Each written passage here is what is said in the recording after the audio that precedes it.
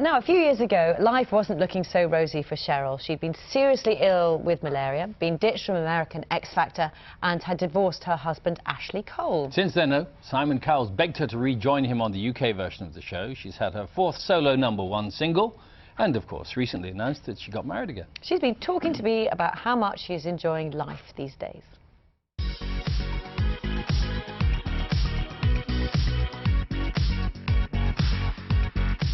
Cheryl, it is absolutely lovely to meet you.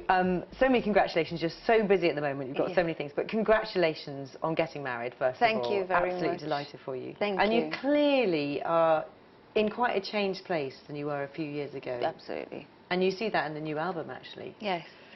Yeah, the new album's definitely reflective of where I am right now.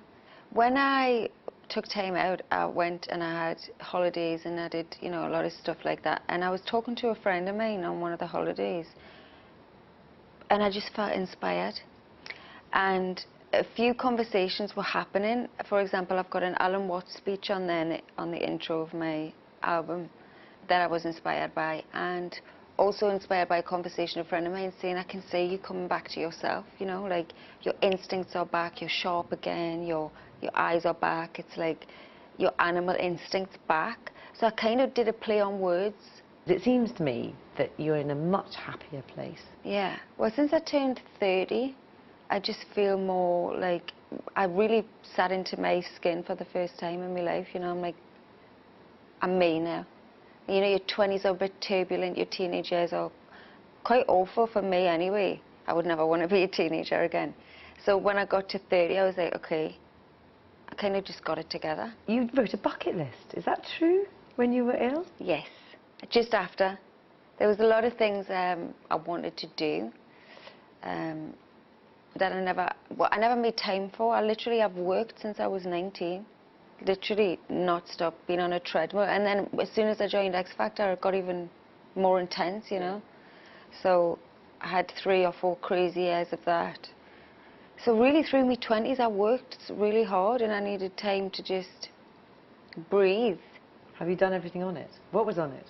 So I swam with dolphins, but in their natural habitat in the ocean in Hawaii, which is magical. Like really something that you'll never ever forget. Things have changed. You're back with the X Factor with Simon. Yeah. He had to beg to get you back. Oh yeah. Took a few years. A few years of begging? Yeah. How many texts? How many phone calls? No, we actually met a few times. Right. And there was talk about previous years, you know, going back to America even at one point. But I wasn't ready. I wasn't there. I needed the time off to really like recover and be where I am now. It's all good. He didn't tell you, did he? About... He didn't tell you. He texted you. Was it by text? No, you got somebody else to say it. How can you be friends? So it's a big jump, isn't it? Because you know we watch you on X Factor now. Yeah. And you clearly get on extremely well. It's like, well, it was a business. That actually was a real big learning curve for me, where you separate friendship from business. He actually taught me a valuable lesson. And now you can beat him with X Factor, can't you? Yeah, and I don't care anymore. Well, and that's one of the songs, isn't it? Yeah, I really don't care, and it's a good feeling.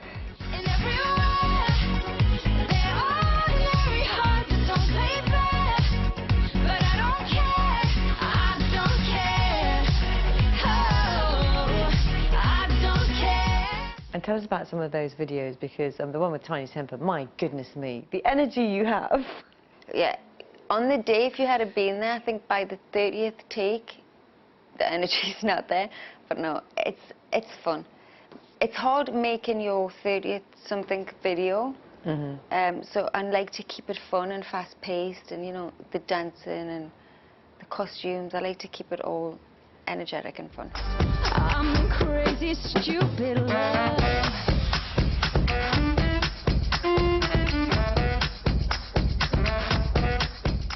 I spoke to Simon just before he had the baby.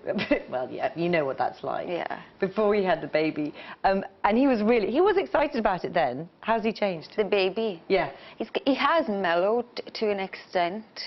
He hasn't changed enough for my liking, but he has mellowed. What would you like him to change then? I just like him to not be rude and to just be, you know, a bit more, not so serious. A little twinkle in the eye there, isn't there? So you recently married. Do you get broody when you see Simon's little baby and Kimberly Walsh's baby? Kimberly's baby. Well, Kimberly's got my new baby. Oh. What's So, his name? Bobby. Bobby. So whenever I need a fix, and I've got 11 grandkids, 11 nieces. That's because my mother's always saying it. 11 nieces and nephews. So you're fixed. From every age range, from in their 20s to 2 years old. And Bobby, do you see Bobby a lot? Does he come Yeah, and I was stay with just there with him at the weekend, yeah. Oh. He's not allowed to stay yet. But he will he? Well, I'm hoping. I'm like waiting, but I know, understand I have to give her some time. It's still new. She will not part, so not yet. Have you got a Moses I basket just sit for there him? for hours, like dead So on. you are broody then? I just love the child, and his mother, and his father. And the nieces and nephews, they come and stay with you as well? Oh yeah, yeah. Holidays, Easter, Christmas, you know, I have them. Wild, run my house ragged, dirty me, glass, everything, you know. And you're having to tidy up after them? Yeah, but it's fine. It's fine because you get to say goodbye at the end of a week, you know. Bye. See you next time. It's lovely to meet you, Cheryl. Thank you, Thank you very much indeed. Thank and you. good luck with the album as well. Thank you very much. It was lovely to meet her. Yeah. Her new single, I Don't Care, you heard some of it there, is taken from Cheryl's latest album, Only Human, and she really just doesn't care.